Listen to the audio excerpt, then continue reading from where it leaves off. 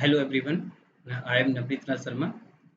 Today I will discuss on the topic complex integration, which is a part of complex analysis. This topic is very important topic and it is useful for basic science and also for engineering students. And also this topic is important for those students who are preparing for NET, GATE, SLET, IIT exam, NVH exam and other exam also. First, in this topic, I will discuss about Cauchy-Forest theorem and their property with some examples. Let's start first definition and statement. Statement of Cauchy-Forest theorem: let fz be an analytic function in a domain D, and derivative of fz is a continuous function in a domain D. Then integration over gamma of fz dz is equal to 0, where gamma is a simple closed curve which lies in domain D. So what the meaning of domain? Domain means a non-empty open connected set is called the domain. Now we are taking some domain D and gamma is any closed curve inside this. If function is analytic in this domain, then we are taking the integral of fz over this curve gamma, so value will come 0. Now question, how we will prove this statement? So first I am giving example of this theorem based on this. Then I will start the proof of this theorem. Proof is very simple. This is an example based on Cauchy-Forest theorem. After that I will proof of this theorem. First I am discussing example based on this theorem. Let C be any closed path. Then integration of Z on the curve C is equal to 0, where we are taking C is any closed path. Now because Z is a polynomial and we know every polynomial function is analytic function, so this function is analytic in the closed curve C. So in the value of this the integration value of Z is equal to 0. Similarly, if I am taking the function fz is equal to z square, this is also analytic function in this closed curve. So then integration of z square over curve C equal to 0. Similarly, if I am taking fz is equal to sin z and the integration of sin z over the same curve, in this curve the value is 0. Similarly, we can solve next question. After that, I will solve another question. First, I am going to start the proof of this theorem. The proof of this theorem depend on two things. First is a Green theorem and second CR equation, means Cauchy-Riemann equation. Then how we will apply both condition? So let's first look what is given. Let fz is equal to u plus iv and it is an analytic function in a domain D. Now we know necessary condition of analyticity, every analytic function satisfies the CR equation, that is ux is equal to vy and uy is equal to minus vx. Us means we are taking the partial derivative of u with respect to x and vy means taking partial derivative of v with respect to y. Now we want to prove integration of fz over gamma dz equal to 0. So how we will start the proof? First I am taking the left hand side of this equation 1, so integration over gamma fz dz. Now I will solve this integration and also we can see we can convert this integral in terms of parametric form. Let gamma t be a simple closed curve and gamma t is equal to xt plus I by t and t belongs to ab. Then we will apply complex line integral formula. So how we will not assume z is equal to gamma t. Now we are taking the derivative of this dz is equal to gamma prime t into dt. Now I am putting this whole value in this integration and I got this integration a to b f of gamma t into gamma prime t into dt. Now I converted this integration in terms of parametric form. For abbreviation, I am taking a of t is equal to f of gamma t into gamma prime t. So I got integration a to b a to a of t into dt. Now first we will find the value of at. So it is given fz is equal to u plus iv, where u and v are the function of xy and gamma t I assume x of t plus iy of t. Now I am taking the derivative of gamma with respect to t. We get gamma prime t equal to x prime t plus iy prime t. X prime is derivative of x with respect to t. So now I am finding the value of a. A is equal to u plus iv into x prime plus iy prime. I got this value using this condition. Then I simplify this and I got u into x prime plus iv into x prime plus iota u into y prime minus v into y prime. From here we can simplify this and we can write real and imaginary parts separately. So we got this equation. Now I am putting this equation in the equation third. So we get integration of fz dz is equal to integration from a to b u into dx over dt minus v into dy over dt plus iota v into dx over dt plus u into dy over dt, and we are taking the whole integration with respect to t. Now we can simplify this, and after simplification I got this equation. Now from here I'm applying linearity property of integration. That means I'm taking real and imaginary parts separately.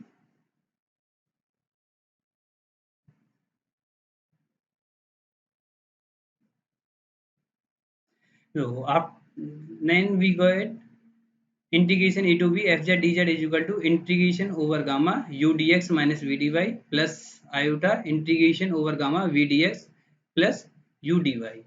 Because we know our given condition is f prime z is continuous. That means we are taking the derivative of fz with respect to either x and y, and is given f prime z is continuous. That means first order partial derivative of u and v also continuous. What are the first order partial derivative?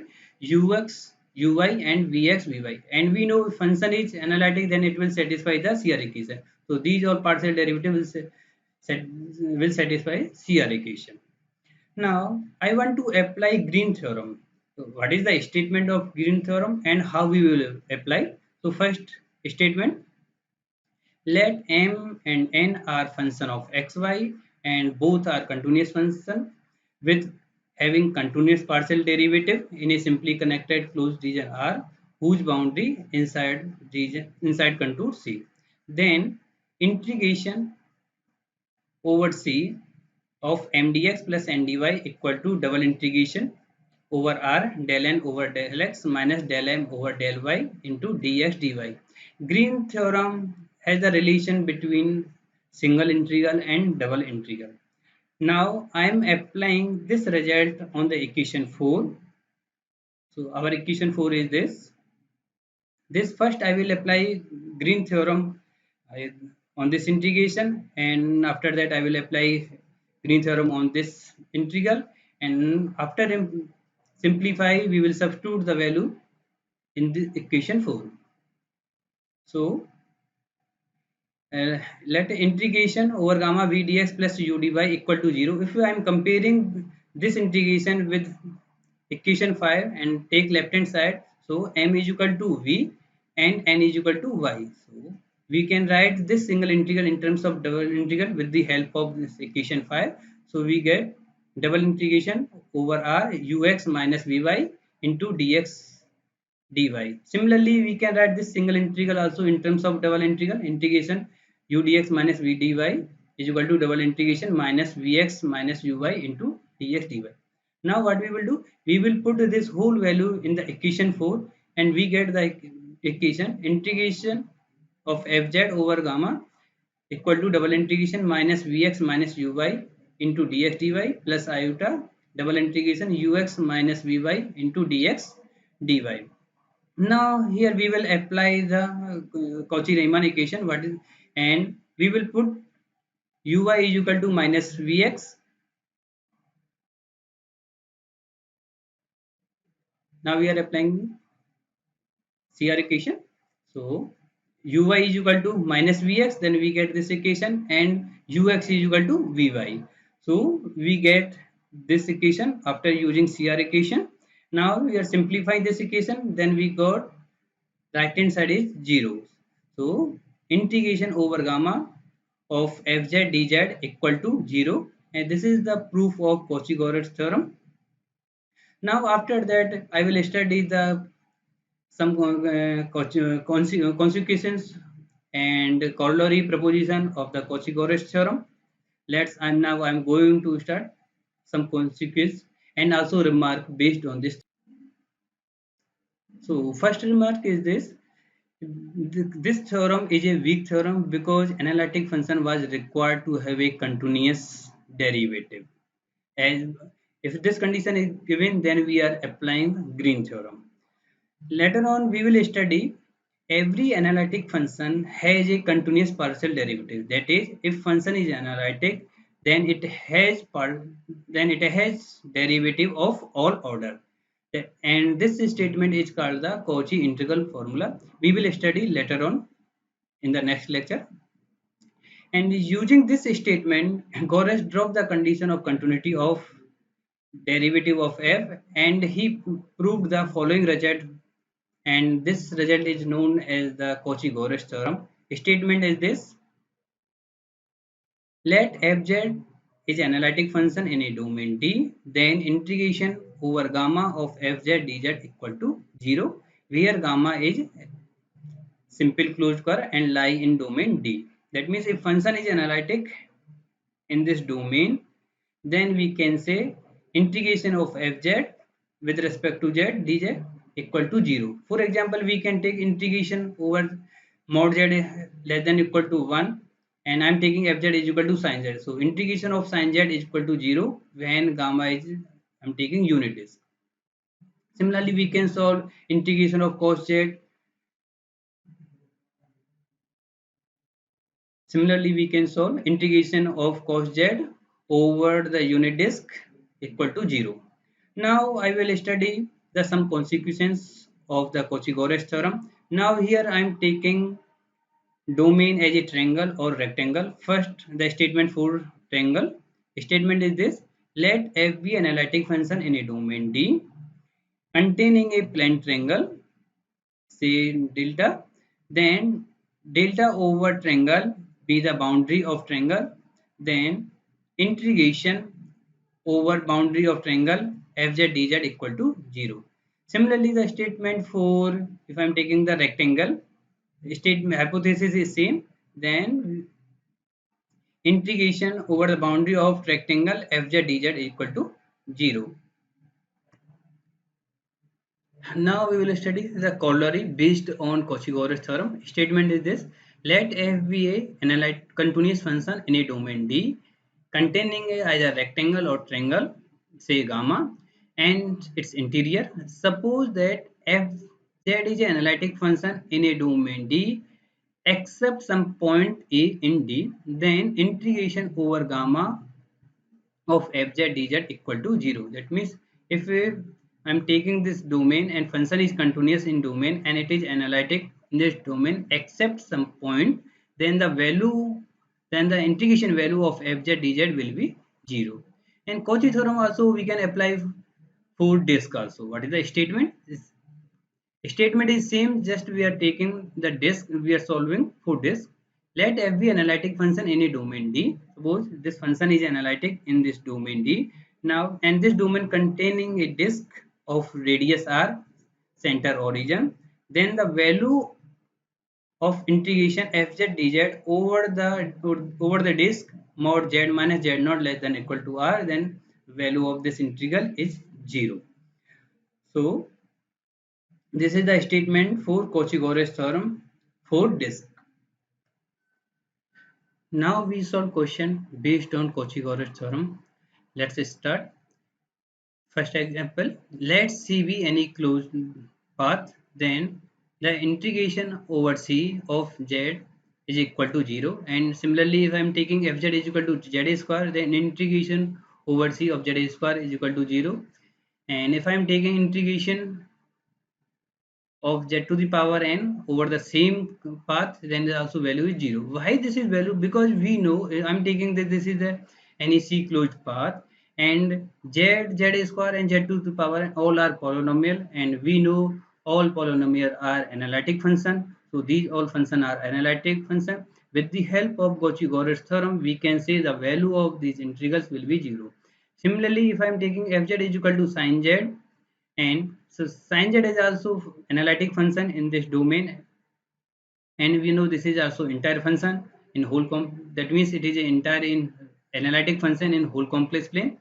So integration over c of sin z dz equal to 0. Similarly for integration of cos z dz equal to 0. If I am taking the integration z plus 3 sin z, because z is also analytic function, sin z is also analytic function in this closed path, so integration of sum of this is also 0. Similarly, if I am taking the integration of e to the power z, then the value of this integral also 0 with the help of Cauchy-Goretz theorem. Now we will study some other question based on Cauchy-Goretz theorem. Another example, we have to find the integration value of 1 upon z minus z to the power n dz. If n is equal to 1, then the value of this integral is equal to 2 pi I, and if n not equal to 1, then value of this integral is equal to 0, where gamma is any positive oriented simple closed contour containing the point z naught. Suppose if I am taking this gamma and I choose the circle of radius r and center is origin, and I am calling this circle by c, and which is like inside the path gamma, and theta if mod z minus z not equal to r. If we can simplify this, because we know mod z is equal to r, then z is equal to r e to the power I theta. So same way we can write z minus z not equal to r e to the power I theta, and theta lie in the interval 0 to 2 pi. So look the function, it is given 1 upon z minus z naught to the power n. We know this function is not defined at origin. So that means at the point z naught, this function has singularity in this domain. And by the Cauchy-Goretz theorem, we can say if function is not analytic, if statement of Cauchy-Goretz theorem, if function is analytic in a domain, then the value of integration of fz dz is equal to 0. But here what is this? This function is not analytic because it has singularity at some point. So that means the value of this value of integration of fz cannot be 0. Therefore, now we will solve by what is the numerical value of this, how we will find. So now we are here, we are applying the again complex line integral formula. So I am taking the path gamma z is equal to this circle, z minus z not equal to r. So I am substitute this value here. So assume z minus z not equal to r e to the power I theta. We can simplify this. Then we get the value z is equal to z naught plus r e to the power I theta. Now because z naught is some complex constant, and now I'm taking the derivative with respect to z, then we get dz is equal to r e to I into e to the power I theta. Now I'm substituting this whole value here.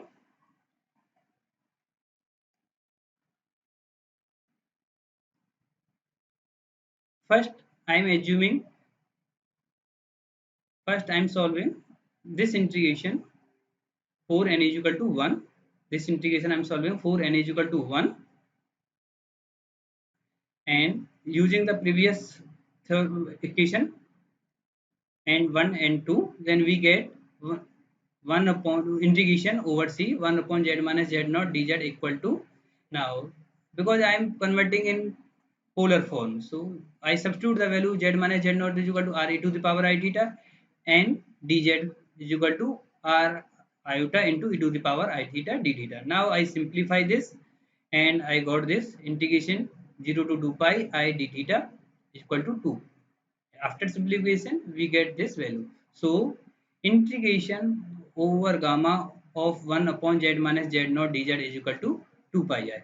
If I am not taking n not equal to 1, then again I am using both equation 1 and 2, then we get the value integration over c 1 upon z minus z naught to the power n. I substitute the value, and we get this. After simplification, we get this integration 0 to 2 pi e to the power minus iota into n minus 1 into theta d theta. Now I am simplifying this. After simplification, we got this equation, and I am putting here upper and lower limit. After simplification, we will get this value is 0. So hence integration over gamma 1 upon z minus z naught to the power n dz is equal to 0 when n not equal to 1. So we proved this example. If n is equal to 1, then we have value 2 pi I. If n not equal to 1, then we have the value is 0. Now another example based on Cauchy-Gauss theorem. Let gamma be the unit disk. Now find the integration 1 upon z square plus 9 dz and integration of cosec dz and integration of z plus z square divided by z square plus 7y2. Now I am taking suppose fz is equal to 1 upon z square plus 9. So look this function z, this function is not defined. Z square is equal to minus 9, that means plus minus 3 iota. So at this function is not defined, but what is our curve is given. Curve is our path is unit disk. If I am taking unit disk, this is my unit disk, and if I am taking z square is equal to z square is equal to minus 9, that means z is equal to plus minus 3i. So that these point does not lie in this domain.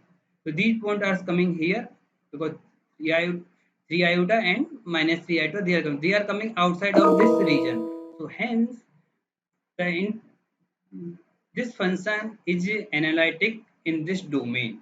So if the function is analytic in this domain, so with the help of Cauchy-Gauss theorem, we can say the value of this integral will be 0. Similarly, if I am taking this z square plus 7y2 equal to 0, that means z is equal to plus minus iota square root 7y2. If I am simplify this, then these points is outside of this region. So this function is also again analytic in the given domain. Hence, this function is analytic. So integration of this function will be 0. Similarly, you can look another question. Integration 3 into e to the power minus z divided by z minus pi by 2. So this, if I am taking fz is equal to this function is not defined at z is equal to pi by 2. But if you are simplifying pi by 2, then it will come pi by 2 means 3.1 by 4 divided by 2. That means 1.5 something you will get. That means these point will outside of this region. So again, this function is whole function is also analytic in the unit is. So by Cauchy-Gauss theorem, the value of this integral will be 0. Similarly, we can solve this question. Now here I am solving another question based on this. Now we have to find the integration of fz over gamma, where fz is equal to z square plus 6 divided by z minus 3. Now here I am taking two different paths. First gamma 1 is I am taking mod z less than 1, second I am taking mod z less than 4. So now how we will solve this question? Look here, first we will do this graph.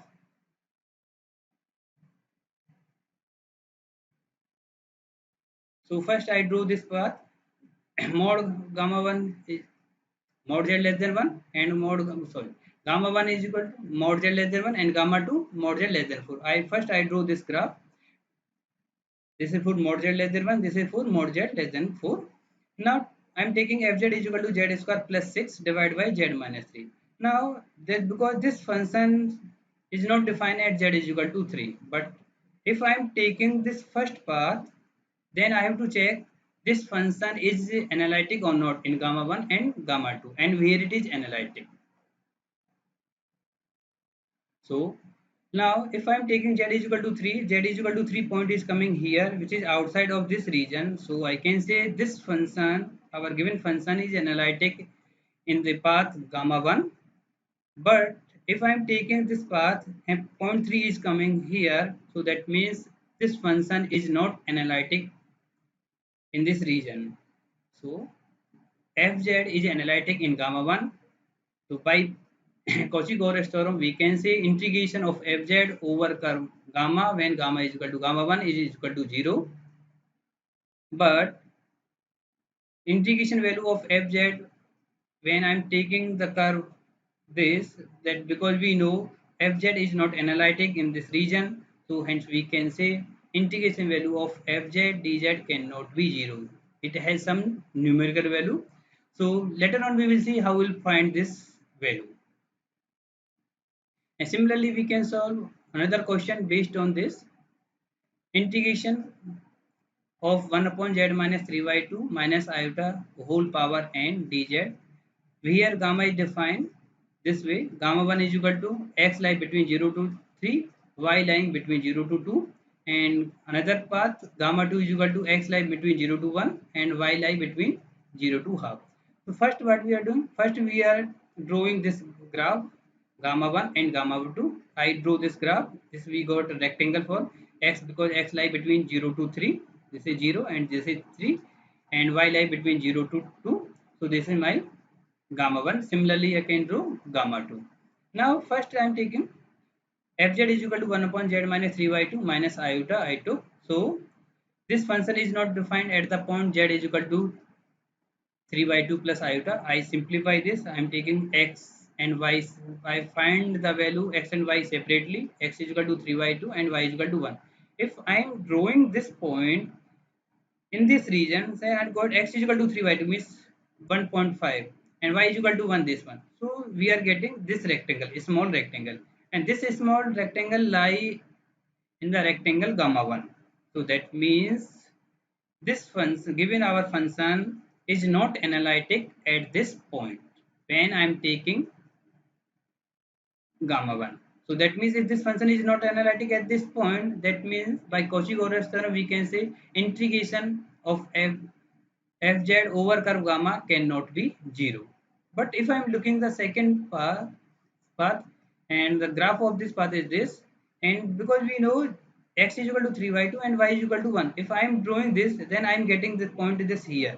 So this point is outside of this path gamma 2, outside. So our function fz is analytic in this region. So by Cauchy-Euler theorem, we can say integration of fz over gamma 2 is equal to 0. And these are the some questions based on Cauchy-Euler theorem. After that, I am giving some question for solving exercise, unsolved question, which you can solve. These are the unsolved question. Find the integral value by Cauchy-Euler theorem of the following function: integration of cos z, integration of z square minus cos z by 2, and another question where domain I am taking any simple closed path. Another question: find the value of integration of dz over there, integration of z bar, integration of 1 upon z minus 3 by 4, and path is given. Similarly, another question. This also we can solve. Here I am explaining find the integration value of real part of z whole square into dz. How we will solve this question? We will simplify this question, and first we will write the value of real part of z. As we know, real part of z means x. X is equal to z plus z bar by 2. So we simply, I am giving the hint. We can solve with the help of this, and similarly this question. If you want to see the answer of this questions are here. So you can solve this question based on previous question and Cauchy-Euler's theorem. And these questions are very simple and are important for your exam purpose. Either you are giving any exam of NET, GATE, CSIR exam, either IIT exam, NIT exam, and also for your academic exam, either in BSc, MSc, BTech. Okay, now you can solve. In the next lecture, I will discuss about the extension of Cauchy-Euler theorem and Cauchy integral formula.